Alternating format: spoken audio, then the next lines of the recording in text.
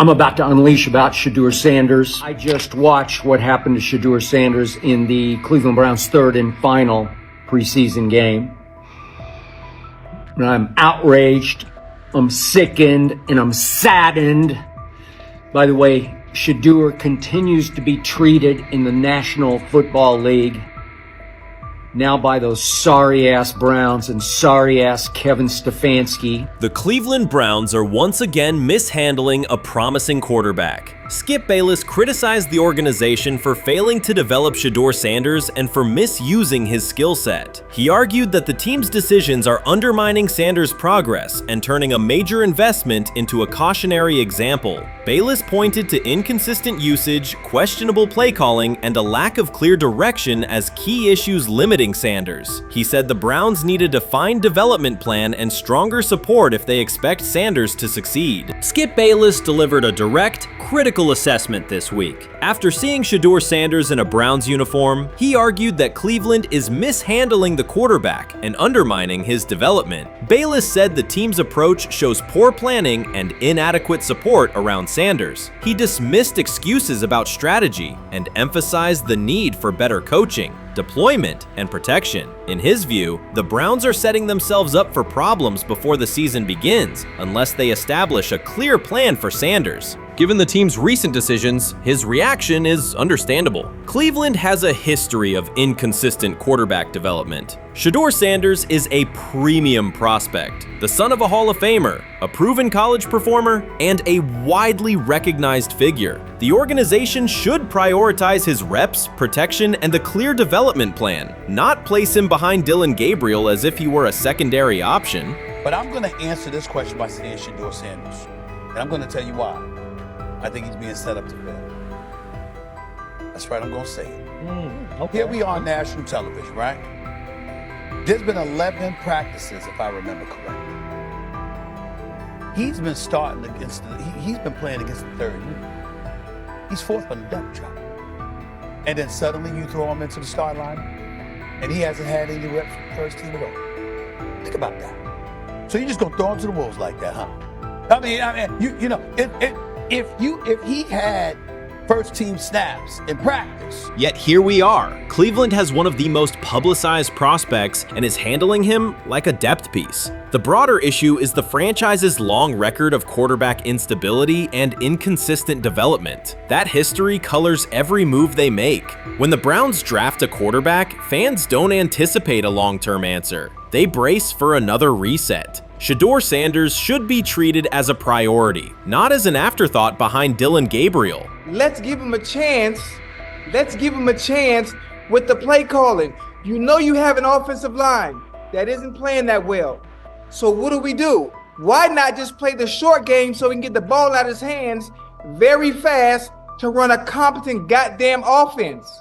Outside of that, Shedeur has to be better in understanding that the offensive line that you're working with right now is not adequate.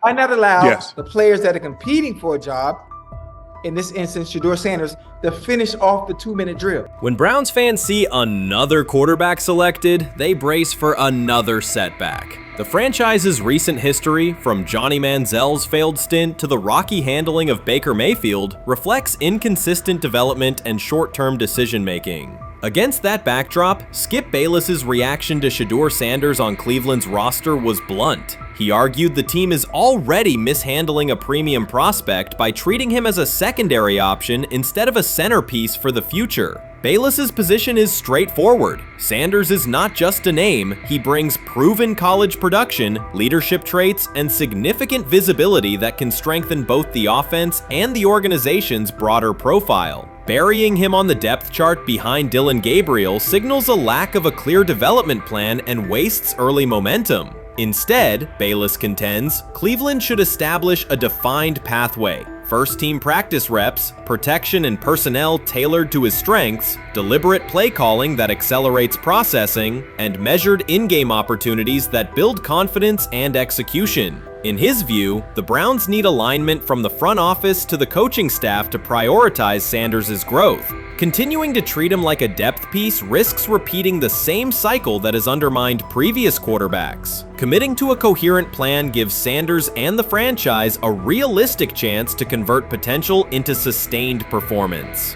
While much of the NFL community attended the ESPYs in Los Angeles, Shedeur Sanders spent the day in Cleveland with families recovering from a residential explosion. He did not seek cameras or a red carpet appearance. He chose to be present in a neighborhood working through loss. Weeks earlier, an explosion at the Rainbow Terrace apartments in the Garden Valley neighborhood displaced more than 100 residents. Local officials reported that 42 families were left without housing. A father suffered burns over most of his body and remained in a coma. His 2 young children were hospitalized in critical condition. The damage extended beyond structures. Families lost possessions, stability, and routine. Cleveland City Council member Richard A. Starr described the moment as a family fighting for its future. Outside of local reporting, national attention was limited. Sanders decided to go to the site, meet residents, and help organize a day focused on relief and connection. The decision drew questions almost immediately. Some asked why he was not at the ESPYs, others questioned his motives. Sanders did not respond with counter-arguments. He explained simply that he felt an obligation to be present and that he would act on that conviction. This was not a team-scheduled appearance. He promoted the gathering himself, arrived without ceremony, and spent the day with residents. His approach emphasized listening, participation, and time. The event, which he called the Garden Valley Fun Fest, brought a large turnout over several hours. The purpose was straightforward: create space for families to reconnect and for children to play, even as recovery work continued. Sanders threw passes with kids on the blacktop, joined in games, and spoke with parents and grandparents about what they were facing next. He moved through the apartment complex and common areas with minimal staff support. Browns defensive lineman Michael Hall Jr. attended and interacted with residents as well. There were no speeches or staged moments. The focus remained on residents and their needs. Questions about visibility persisted as photos and short clips circulated online. Some criticism framed the visit as a substitute for a higher profile appearance in Los Angeles. Sanders kept to the same message. The priority was to support a neighborhood coping with displacement and uncertainty. He did not present the choice as a protest of any event. He presented it as the correct use of his day. When local media asked about his intent, Sanders said his goal was to provide families with a day of enjoyment and a reminder of community. He added that financial support can help, but that showing up in person also matters. Standing with people, listening to them directly, and offering time. The statement matched the structure of the day. He stayed on site, remained accessible, and left the focus on residents rather than on himself. The timeline mattered to him as training camp approached. Sanders did not connect the visit to his role on the depth chart or his draft position. He kept references to football confined to preparation, learning the playbook, protections, cadence, and timing, seeking guidance from veterans, including Joe Flacco, and staying ready for opportunities when they come. He has repeated that he has time to grow and intends to use it to learn the system and earn trust. The visit did not alter those priorities. He returned to his regular schedule the next day. Since arriving in Cleveland, Sanders has treated community work as part of his responsibilities. Before his jersey went on sale, he visited schools, including John Marshall High School, speaking with students about goals, accountability, and effort. He set public objectives confidently, such as long-term aspirations for the franchise, but paired them with routine work in the building, meetings in stall, film, and on-field reps. The day at Rainbow Terrace fit that pattern. Identify a need, show up, contribute, and avoid unnecessary attention. For residents, the FunFest provided a brief reprieve from ongoing challenges: housing transitions, school logistics, medical appointments, and the paperwork that follows an emergency. For teammates and staff who observed, it was an example of a rookie investing time locally without seeking a headline. For Sanders, it reinforced how he plans to operate in Cleveland: be consistent, be present, and let actions speak. The setting at Rainbow Terrace underscored the scale of recovery ahead.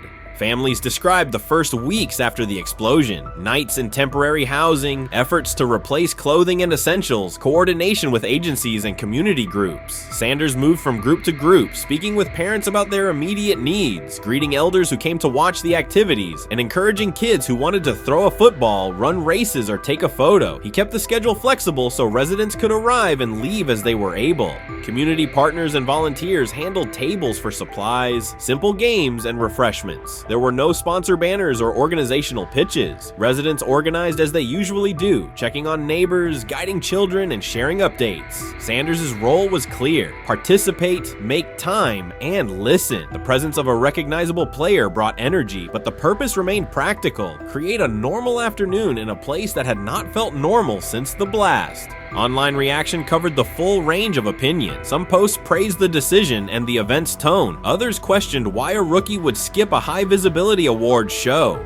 Sanders did not try to manage that conversation. He maintained the same explanation. He chose to spend the day where he believed he could be useful, and then he returned to his football schedule. The approach was consistent with how he addresses other topics: answer directly and move on to the next task. The same measured approach appears in his preparation for camp. Sanders has not asked for public guarantees about reps. He has focused on install recall, cadence, and protection IDs, route timing, and situational work. He has sought input from veterans, thanked teammates who have provided guidance, and spent time with receivers and linemen to align on communication.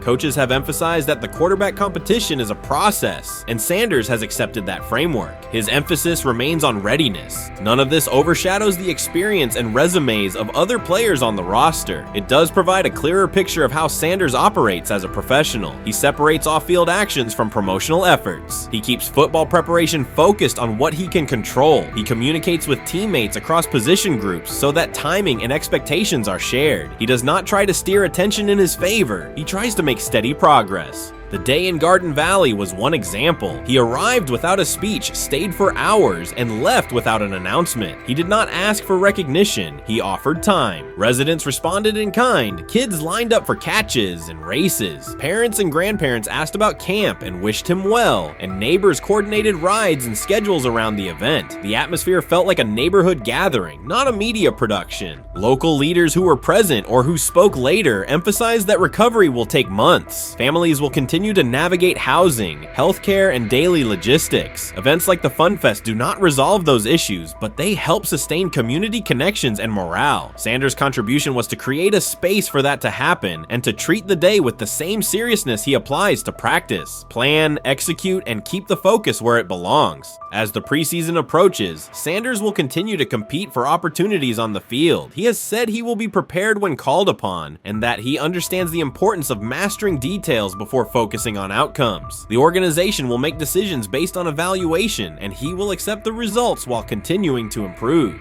The off-field choices will remain consistent: identify needs in the city where he lives and contribute in direct, practical ways. The core elements are simple. A neighborhood suffered a significant loss. Residents faced immediate and ongoing challenges. A rookie quarterback chose to spend a day there, without a press conference, without a schedule of talking points, and participate in a community-led event designed to give families a break and remind children that play still has a place. He provided presence, not a headline. He listened more than he spoke. He returned to work the next day. In a league and media environment that often prioritize visibility, Sanders made a different choice. He kept attention on people, not optics. He placed value on time spent in person rather than on appearances. He continued to build trust in the locker room and in the city through steady conduct rather than declarations. That approach, measured, direct, and consistent, will shape how he is viewed in Cleveland as much as any public statement could. The outcome of his football career will be decided on the field by installations learned, reads made, throws delivered, and games played. The outcome of his role in the community will be measured by smaller, quieter moments. Afternoons like the Fun Fest, school visits, and unannounced stops where listening matters more than being seen. For Cleveland residents at Rainbow Terrace, the takeaway from that day was straightforward. Someone who represents their team showed up, stayed, and participated without fanfare. For Sanders, it was the same. Do the work in front of you, whether that is a practice period or a neighborhood event, and keep the focus on the people who are affected most. So before your final year at Miami, there's a lot of conversations revolved around Shedeur Sanders.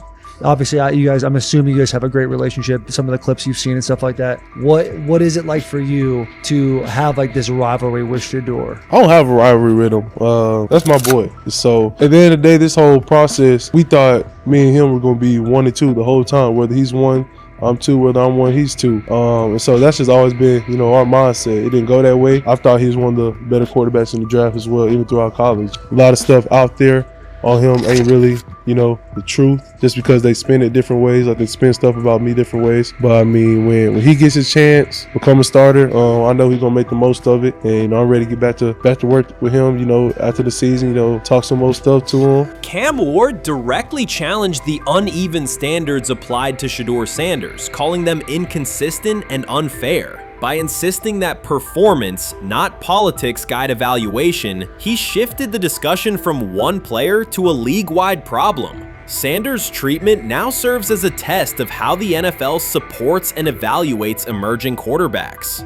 I feel a special relationship with him, especially me. First getting to know him 5 years ago when I started working with him.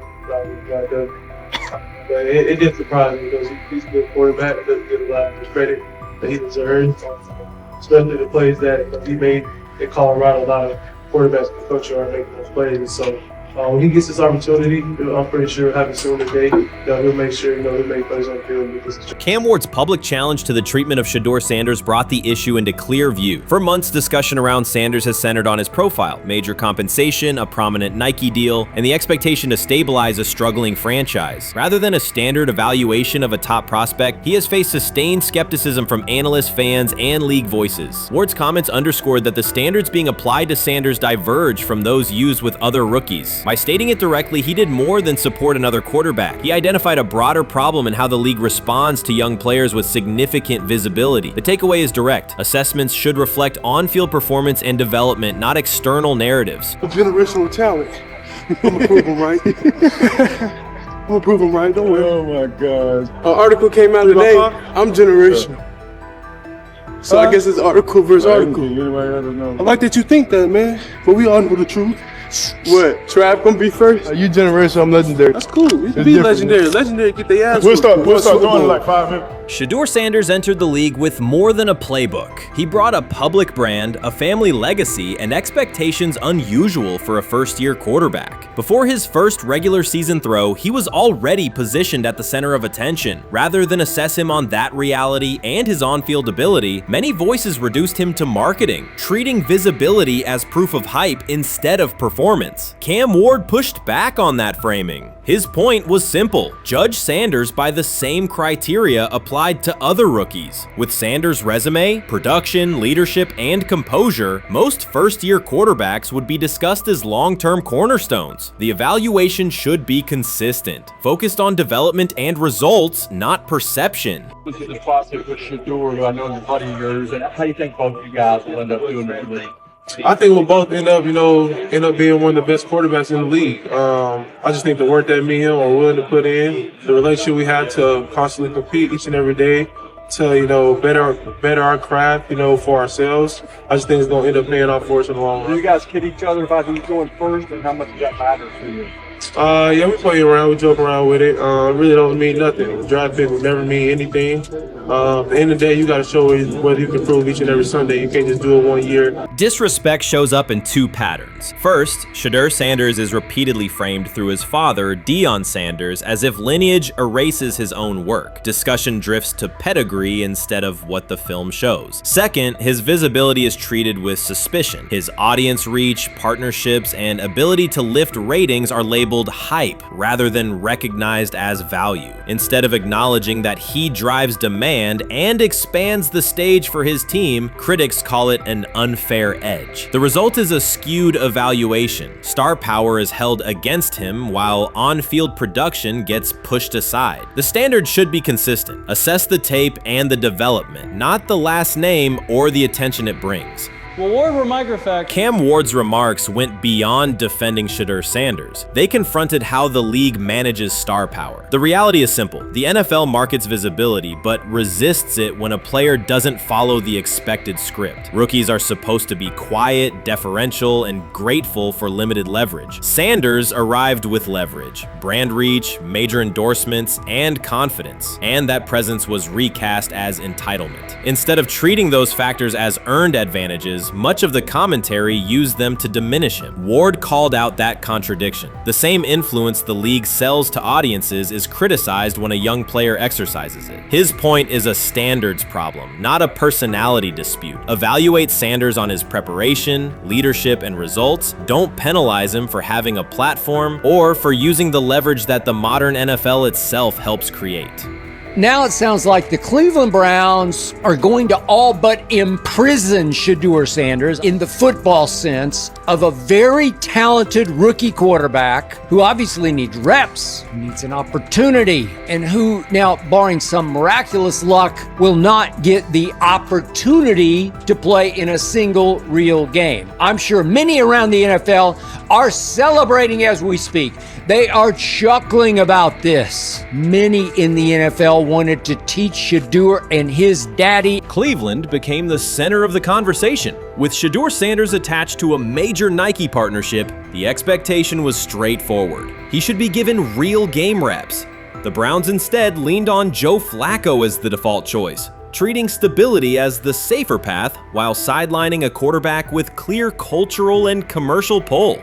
Each week Sanders didn't see the field, scrutiny grew. Commentary questioned the value of his contract environment and relevance, and fan debate shifted from development to doubt. That wasn't measured evaluation. It was a delay framed as prudence that eroded confidence in the process.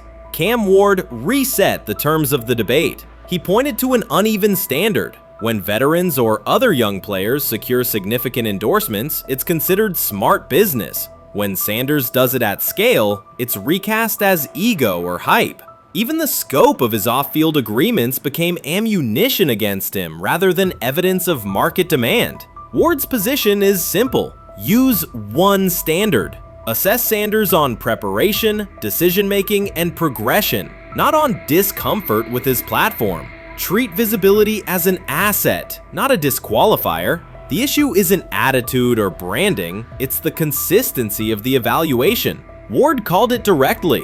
The treatment has been unequal, and it should be corrected by aligning opportunity with performance criteria. Fans need to recognize there's not a team in the league he'd start for. Not one. That's not ridiculous, that's not unfair, that's not a vast conspiracy. Shedeur Sanders fans are Angel Reese fans. They're just fair weather fans who don't really give a fuck about the sport. Most of them are just Dion fucking groupies that followed him when he went to fucking Colorado, just like Angel Reese's fans had never watched basketball prior to her playing at LSU, and they followed her to the WNBA and don't know shit about the sport. That's it. Now Dion fucking groupies are running around acting like, oh, this is payback to his dad. The timing is pivotal. Shedeur Sanders isn't trying to blend into the league's background. He's shaping the agenda. He drives debate segments, fuels short-form highlights, and moves merchandise at a pace most rookies never approach. By the metrics that define modern attention, he is the draw. Yet, a segment of observers continues to undercut him, not because of shortcomings on tape, but because of discomfort with how prominent he already is. Cam Ward put words to what many could see. Coverage around Sanders has been filtered through reaction to his visibility, rather than a clear read of his performance and growth. The market has already weighed in. Demand is real, not manufactured. Nike's record-level rookie endorsement aligned with that reality, signaling long-term value and cultural reach. This exposes a core contradiction. The NFL depends on star power to sell tickets, fill stadiums, and boost ratings, but it resists stars who set terms on their own. Visibility is celebrated until a player exercises it. The fix is straightforward. Apply one standard. Evaluate Sanders on preparation, decision-making, and results, and treat his platform as the asset it is. If the league benefits from his presence, its evaluation practices should reflect that same reality, consistently and without penalty for scale.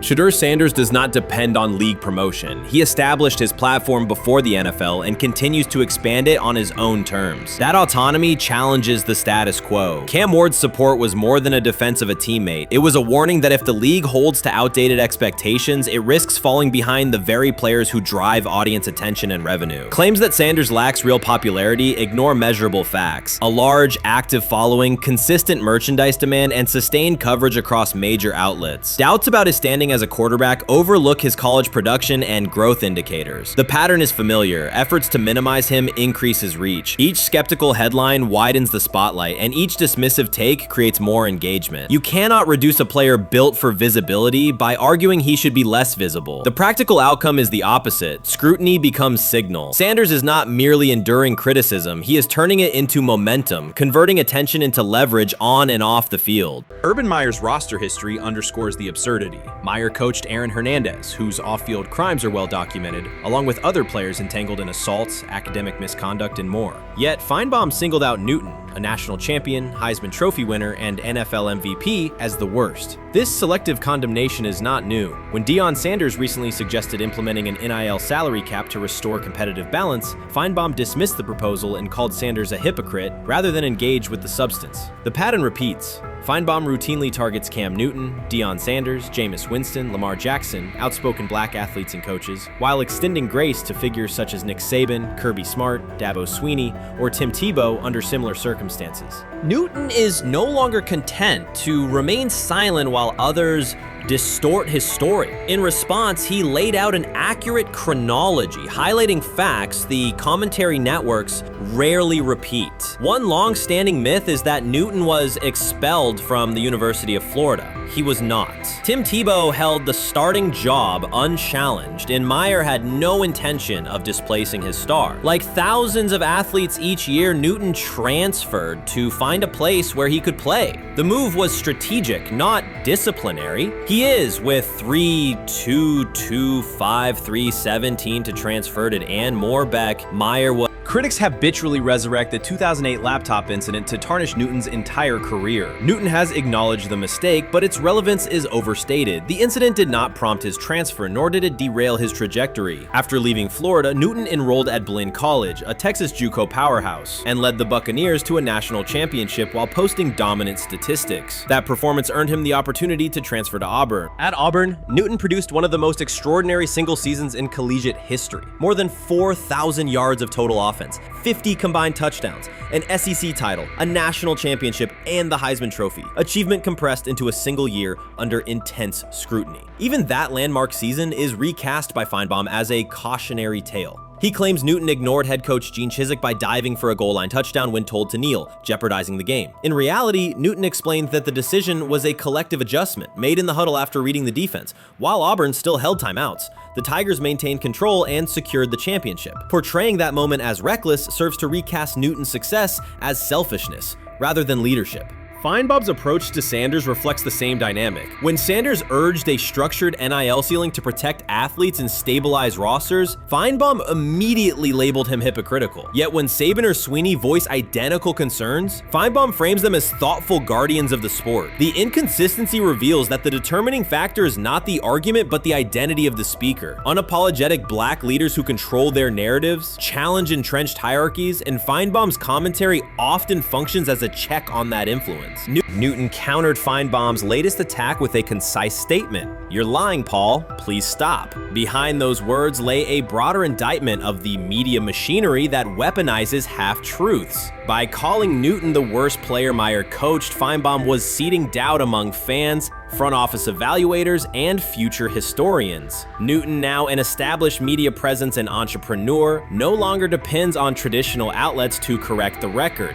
He reminded audiences of three essential truths. He departed Florida on his own terms, he led Auburn with support from coaches and teammates, and he captured every major accolade available in college and professional football without conforming to prescribed expectations. An unspoken rule lingers in American sports discourse. Black athletes may excel, but must do so quietly, gratefully, and without highlighting systemic inequities. Newton broke that expectation early by celebrating with unreserved joy, answering questions candidly, and refusing to minimize his personality. For some commentators, that confidence is reinterpreted as arrogance. Feinbaum's repeated attempts to undermine Newton follow a familiar script of policing behavior rather than analyzing performance. Yet legacy rests not in a pundit soundbite, but in tangible achievements and public memory. Newton's resume, Heisman winner, national champion, NFL MVP, speaks for itself. Millions of fans witnessed his impact on Saturdays and Sundays. Countless young quarterbacks saw someone who looked like them redefine the position's possibilities. The same is true for Sanders, whose player-first coaching philosophy and media savvy continue to influence college football's direction. Feinbaum's commentary cannot erase these realities. Newton, Sanders, Winston, Jackson, and others have already secured their places in football history.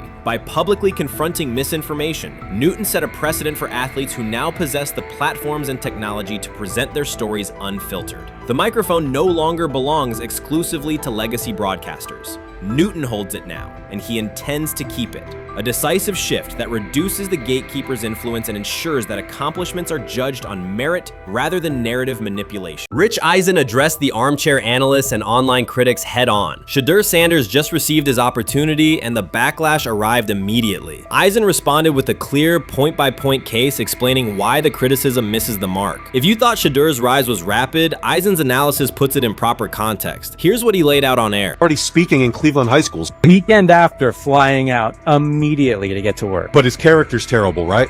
You know, and listen, oh, he interviewed bad, you know, according to who? The New York Giants? No offense, Bert. The same New York Giants that gave Daniel Jones a huge contract and let Saquon Barkley out the door, that's the intel we're trusting here? That was for him to celebrate. He just made, I mean, look, he put in work in college.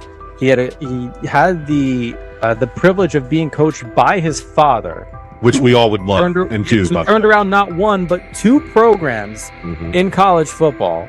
And then literally for any athlete, being drafted at the highest level is a success story in itself. Rich Eisen delivered a direct response to the critics. He addressed the online claims reducing Shedeur Sanders to Deion Sanders' son instead of evaluating him as a quarterback on merit. Eisen challenged those assumptions and refocused the discussion on performance, preparation, and opportunity. Say Kenny Pickett had strained his hamstring. Shedeur, they say his first day in pass, 9 for 9, 2 touchdowns, no interceptions. Really was just hating on this young guy. Within minutes, Rich Eisen delivered a structured breakdown, addressing each claim with evidence and dismantling weak narratives through clear analysis. He replaced speculation with data and kept the focus on what matters: decision-making, accuracy, leadership, preparation, and game management. The reality is simple. Shedeur Sanders was not given this opportunity. He earned it through performance and consistency against real competition. He accepted the role, met the standard, and handled the moment with professionalism and urgency. No shortcuts, no favors, just results and readiness. Eisen's point was direct. Evaluate Shedeur on his work, not assumptions, and acknowledge that he has justified the opportunity on the field. I've done it at 2 locations already, so it's simple. So that's why when people say I'm not, you know, one of the top quarterbacks or the top quarterback, is what are y'all going based off of?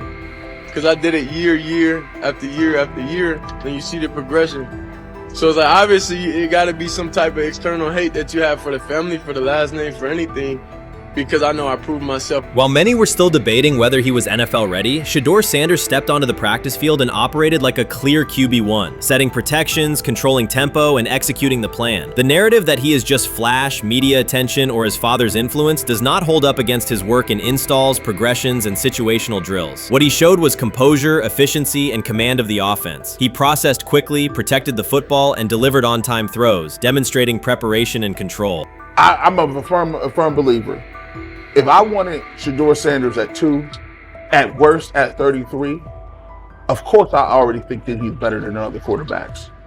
Because that's the type of talent, that's where I would have picked him at.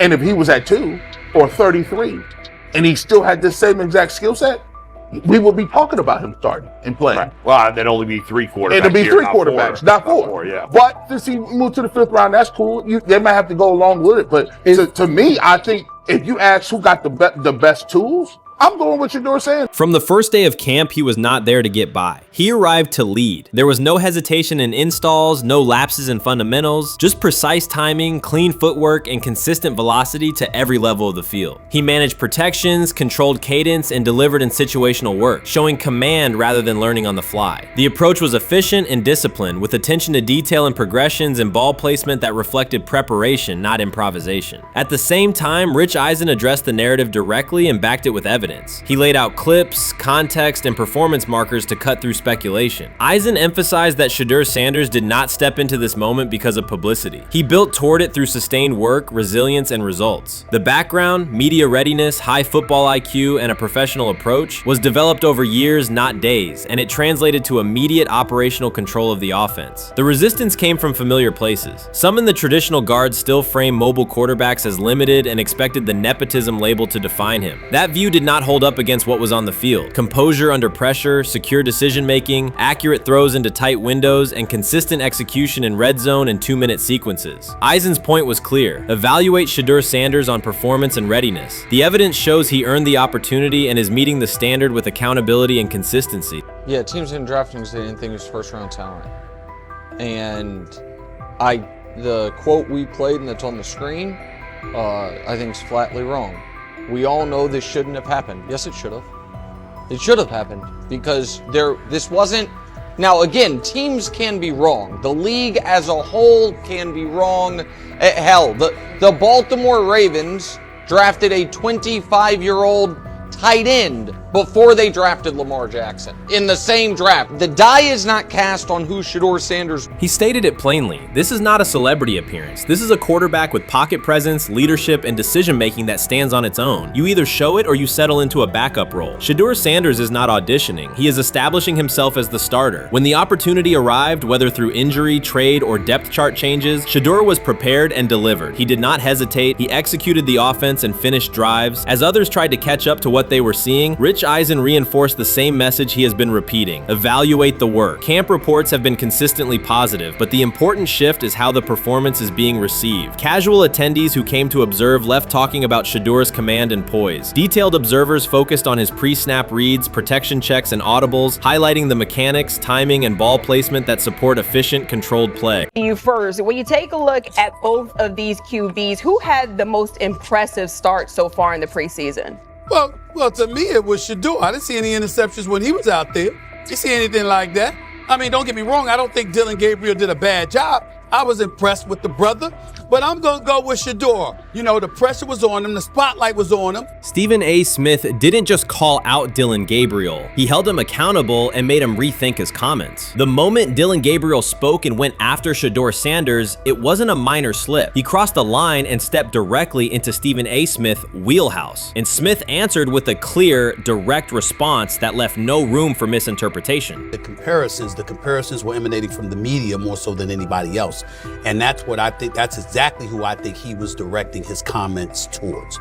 Having said that, Dillon Gabriel, respectfully, it was stupid. A very dumb comment to make. First of all, let me tell you something right now. In every walk of life, far beyond the parameters of a football field. This wasn't casual sports commentary, it was a decisive critique. Dillon Gabriel's comments were taken apart by Stephen A. Smith with clear, direct points. Gabriel, a quarterback with solid stats but limited top-level achievements, chose to take a public shot at Shedeur Sanders. Shedeur, who has handled sustained media scrutiny and on-field expectations, became the target of an unnecessary criticism. Smith responded by challenging Gabriel's standing to make that claim, and by defending Sanders on the facts. The outcome was clear. Gabriel overreached, and Sanders didn't deserve the hit. Dan Orlovsky would sit up here in comparison to Shedeur Sanders, who did no such thing, and say, hey, thought he looked better. I thought, I got to give him the edge here. I thought it wasn't bad. A pick six and a fumble, and we can get over fumbles. Have you heard anybody say that? I know it's possible. Have you ever heard anybody say, get over? Stephen A. Smith responded immediately. As soon as Dillon Gabriel made his comments about Shedeur Sanders, Smith delivered a clear, point-by-point critique that drew national attention across the NCAA media cycle. Dillon Gabriel has a reputation as a good quarterback, not a dominant one. He can post strong numbers against opponents like Tulsa, but his performance has been inconsistent when the stakes and competition rise to playoff level. Well, those who produce get treated differently than those who don't. What he said echoes the mentality of all of America practically, and most certainly the world, as we see things being globalized more and more every day. It was a stupid, idiotic, immature comment because clearly you were feeling the heat because a lot of people was talking about how Shedeur should be QB. Dillon Gabriel is a capable quarterback, but not a standout. Even so, he chose to talk down to Shedeur Sanders, a quarterback who has navigated constant scrutiny and pressure and still represents the future of a program that was struggling before he arrived. The comparison was weak. The criticism was unnecessary. Stephen A. Smith recognized that and dismantled Gabriel's argument with a clear, direct response. How the Browns react to this, how the locker room reacts to this, how Shedeur reacts to this, because it was a clear shot at Shedeur. But let's say Dillon Gabriel's talking about the media. How could you be a brand new quarterback in the NFL and the first time you get behind a mic after your first game, you throw the media under the bus? That's arrogance. Stephen A. Smith excels in moments like this. When Dillon Gabriel made his remarks about Shedeur Sanders, Smith responded with a focused, direct critique. He questioned Gabriel's standing to make that claim, noting that Gabriel has transferred between programs and has not been a Heisman finalist. Without theatrics, Smith laid out why Gabriel's resume doesn't justify taking public shots at Sanders. Smith's point was clear. Targeting Shedeur Sanders, a quarterback central to his program's future and consistently under intense scrutiny, was misplaced. Gabriel's criticism lacked the substance to support it, and Smith methodically showed why. Today on his 42nd I want you to be meaner. Birthday. That's number one. Number two, after the game, the Browns head coach Kevin Stefanski said there was a mix-up in the routes and that players were in the area that they shouldn't have been. Look at Stephen A's face. Look at Stephen A's face.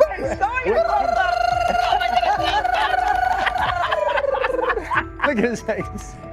Stephen A. Oh my Lord. The strength of Stephen A. Smith's response was that he didn't just address Gabriel's remarks. He challenged the image around him. Dillon Gabriel often presents himself as an overlooked contender ready to surprise. But the reality is that his profile hasn't commanded broad attention. It's a clear reminder that not every opinion carries equal weight. In defending Shedeur Sanders, Stephen A. was direct and precise. Shedeur isn't just a quarterback. He is Deion Sanders' son, which subjects him to scrutiny far beyond anything Gabriel has faced. Even under that pressure, Shedeur has maintained his composure, shown confidence, and delivered in key moments that helped revive a program many had written off. Stupidity, all of it.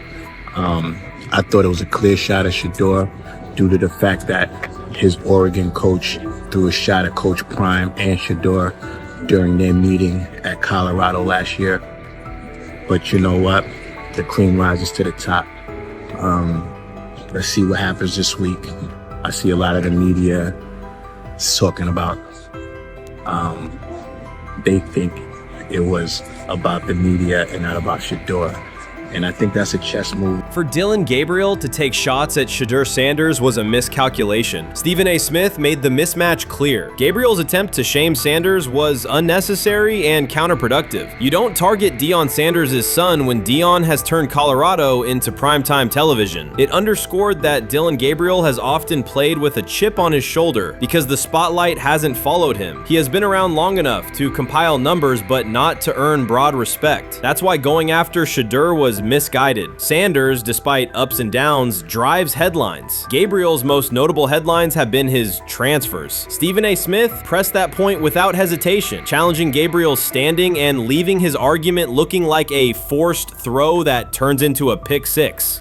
You know what? Still needs to thank me a little bit more for that restaurant I treated him and his family to because it was big time and stop embarrassing me by going places and trying to use coupons. That's how pathetic he is. The point is that yeah, a pick six and a fumble is usually considered a bad day. Stephen A. Smith didn't need to raise his voice to make the point. He presented Dillon Gabriel as a player whose talk outpaces his resume and defended Shedeur Sanders with clear comparisons. That's why he called Gabriel out so directly. The comparison wasn't just unfair, it was forced. Now look at Gabriel's record. The numbers are solid and he can win against average defenses, but the resume lacks defining markers. There's no sustained Heisman contention, no late season surge that reshaped the national picture, and no postseason preseason moment that cements a legacy. The track record reflects steady production, not top-tier impact. That's the gap Smith underscored. Gabriel's criticism of Shedeur Sanders wasn't supported by what he has accomplished, while Sanders continues to carry a program under constant scrutiny. Let's see some of them step up and make some plays out there. Ain't no way. Gabriel Ain't no way. You're not built like that. No way. And this one is picked off and going back the other way. Oh my God, why did he stop playing? Now it's a foot race. And that is that. They told me bust out my AP. Perfect timing. H-shot, we about to get legendary. Shedeur started next game, baby. Shout out Dylan, though, you know what I'm saying? Bro, I love you, my heart. What am I bigger than cheese, bro? You know what I'm saying? But Shedeur got it. Shedeur Sanders is a national brand who draws viewers for both performance and result. Dillon Gabriel's attempt to diminish him read as resentment. And Stephen A. Smith called out the insecurity and lack of awareness directly. Colorado under Deion Sanders is prime time, and Shedeur sits at the center of that spotlight. If Gabriel expected the sports world to agree while he took a shot at Shedeur, he misread the moment. Smith dismantled the argument and questioned the credibility behind it. Gabriel will move on. He'll keep playing, give interviews, and have fans, but this exchange will trail his media profile as a reminder of a misstep. It's a clear example of a resume that doesn't justify taking public aim at a quarterback carrying that level of scrutiny and responsibility. For the Cleveland Browns preseason game today is that the way that some white folks watched Shedeur Sanders last week is the way that some black folks were watching Dillon Gabriel today. And it's not Dillon Gabriel for Dillon Gabriel's sake. Most folks don't have a problem with Dillon Gabriel. It's what he represents, which is the disrespect of a black person